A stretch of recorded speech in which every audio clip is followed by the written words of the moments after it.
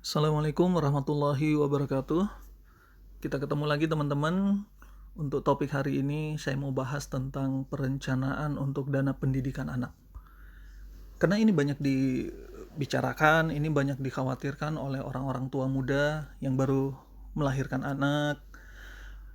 Yang selalu terpikirkan adalah, oh gimana nanti anak saya pendidikannya? Biaya pendidikan nanti suatu saat pasti akan mahal sekali. Ya, kita juga dulu berpikir seperti itu kan. Oh, biaya pendidikan saya dulu hanya 500.000 per 6 bulan per semester. Sekarang per semester bisa 7 juta, 7,5 juta. Tapi kalau kita ingat-ingat kembali pada saat kita kuliah dulu, orang tua kita juga bilang begitu. Kamu biaya pendidikannya mahal Bob, 500.000. Dulu papa mama biaya sekolahnya, biaya pendidikannya hanya berapa ratus perak. Jajannya hanya 5 rupiah, 10 rupiah. Nah, berarti ada satu hal yang bisa kita lihat di sini bahwa yang namanya kenaikan harga itu pasti akan terjadi. Apalagi mata uang kita rupiah ya, agak volatile sekali. Nah, tapi kenaikan harga itu tentu akan diiringi dengan kenaikan income. Orang tua kita dari dulu bisa membiayai kita karena apa? Karena income-nya tidak seperti waktu mereka masih kecil, waktu masih muda, seperti itu.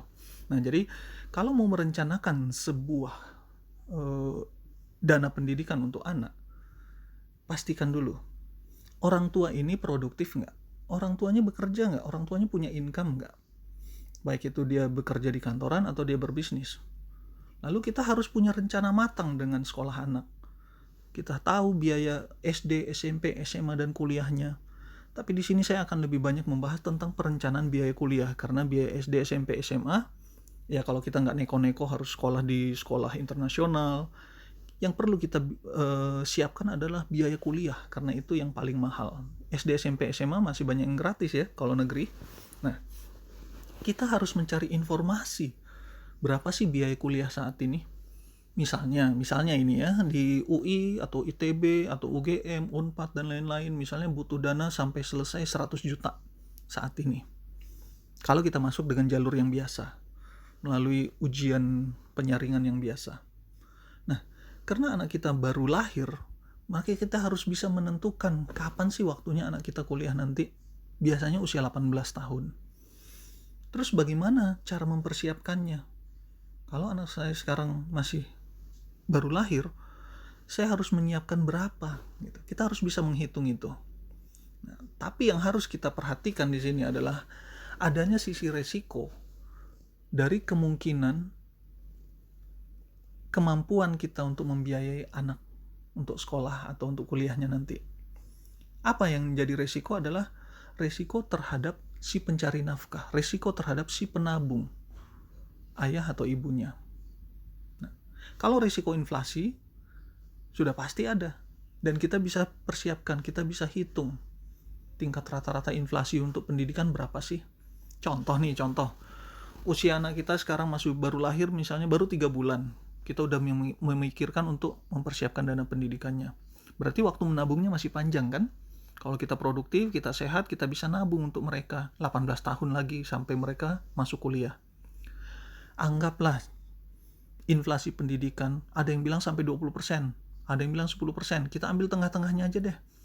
Inflasi pendidikannya 15%. Nah, kalau biaya kuliahnya hari ini, saat ini nilainya adalah 100 juta, berarti future value pada saat anak kita harus masuk kuliah nanti di usia 18 tahun, itu harus siap dengan dana 1,24 miliar.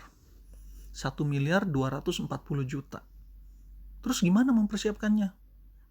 Ya kalau kita kerja, kalau kita bisnis, insya Allah nanti di tahun ke-18, dengan kita sudah menabung selama 18 tahun sendiri, dengan kita sudah menjalankan bisnis kita sendiri, insya Allah itu akan terbayar. Kenapa? Karena income kita juga akan naik seiring dengan kenaikan inflasi. Bener nggak? Yang namanya pegawai, income-nya selalu dinaikkan sesuai dengan tingkat inflasi. Bahkan mungkin ada kelebihan dari inflasi sedikit. Yang namanya pebisnis pasti menjual barangnya atau berbisnis pasti akan mengalami kenaikan income juga, karena harga barang pasti disesuaikan dengan inflasi juga, ya kan? Jadi selama kita sehat, selama kita masih produktif, bukan itu yang kita khawatirkan. Yang perlu kita khawatirkan gimana kalau saya di masa-masa masih produktif ini, di masa anak saya masih kecil-kecil, saya sudah kehilangan produktivitas atau saya sudah tidak ada, saya sudah meninggal. Nah, terus gimana dong dengan biaya 1,24 miliar tadi? Nah, itulah sebenarnya konsep dari asuransi pendidikan. To assure, untuk memastikan. Untuk memastikan sesuatu yang tidak bisa kita handle. Kalau kita sehat, kita insya Allah masih bisa handle sendiri kan? Biayanya tadi 1,24 miliar. Tapi kalau kita tidak sehat, sudah meninggal, itu yang harus di-assure, konsep asuransi itu. Itu yang harus dipastikan dananya ada. Berarti kita harus mempersiapkan uang pertanggungan senilai 1,24 miliar untuk pendidikan anak kita. Jadi kalau ada apa-apa dengan si pencari nafkah, si orang tuanya, maka keluar dana uang pertanggungan asuransi yang menjamin anak ini nanti bisa sekolah dengan dana 1,24 miliar. Nah, jadi cukup jelas ya. Itulah konsep dari asuransi sebenarnya. Karena banyak orang di luar sana yang masih mengartikan asuransi pendidikan sebagai tabungan pendidikan atau investasi pendidikan. Padahal kalau kita lihat, nah ini bagian perencanaan keuangan, bagian financial planning. Kalau kita lihat di bagian financial planning ini, yang menjadi fondasi, yang menjadi dasar utamanya adalah proteksi kekayaan, asset protection, yang terdiri dari kebutuhan dasar, sandang, pangan, papan, dan anggaran rumah tangga sehari-hari, dana pendidikan, dana pensiun, proteksi keluarga untuk kesehatan, dan lain-lain, dana darurat, dan persiapan waris. Itulah yang harus kita proteksi dulu, itulah yang harus kita pastikan dulu keamanannya. Setelah proteksi aset ini terwujud, sudah optimal, barulah kita bisa berpikir untuk berinvestasi, untuk mengakumulasi aset accumulation. Jadi jangan kebalik. Oh, saya nabung dulu di deposito, punya logam mulia dulu, punya reksadana dulu, punya investasi saham dulu, forex dan lain-lain. Tapi percuma kalau kita berinvestasi, mengakumulasi aset, tapi kita belum melakukan proteksi aset. Ini sama halnya dengan kita membangun rumah, tapi tidak membangun fondasinya terlebih dahulu. Sebesar apapun rumah yang kita bangun, kalau fondasinya tidak kuat, tanah bergeser sedikit, gempa bumi sedikit, akan hancur rumahnya. Jadi semakin besar rumah yang ingin kita bangun, proteksinya, fondasinya harus semakin besar, harus semakin kuat, harus semakin dalam. Itulah fungsi dari fondasi. Banyak kita lihat kejadian-kejadian orang-orang yang dulunya kita tahu kaya, contohnya para selebritis, artis-artis, cukup kaya. Kita lihat mereka mapan, kehidupannya bagus, enak gitu. Tapi pada saat mereka tertimpa satu musibah, akhirnya karena tanpa fondasi, tanpa proteksi, semua yang sudah mereka miliki, aset yang sudah mereka kumpulkan, mereka akumulasi, hilang begitu aja. Nah, inilah pentingnya konsep dari proteksi aset dulu. Kalau kita mengambil dari bagian ini, maka kita bisa simpulkan bahwa untuk menjamin pendidikan anak kita kelak, yang harus kita proteksi dulu adalah nilai ekonomis si pencari nafkah.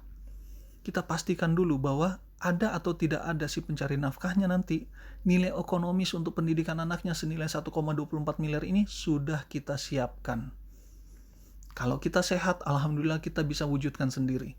Tapi kalau kita tidak bisa menemani anak kita hingga usia kuliahnya nanti, kita masih memiliki nilai ekonomis yang bisa mengantarkan mereka untuk melanjutkan kuliahnya, melanjutkan sekolahnya ke jenjang yang lebih tinggi. Nah, mudah-mudahan informasi ini dapat membuka pikiran kita tentang apa sih konsep asuransi pendidikan itu yang sebenarnya. Dan mudah-mudahan informasi ini bisa merubah paradigma kita dan bermanfaat buat teman-teman semua. Wabillahi taufik wal hidayah. Wassalamualaikum warahmatullahi wabarakatuh.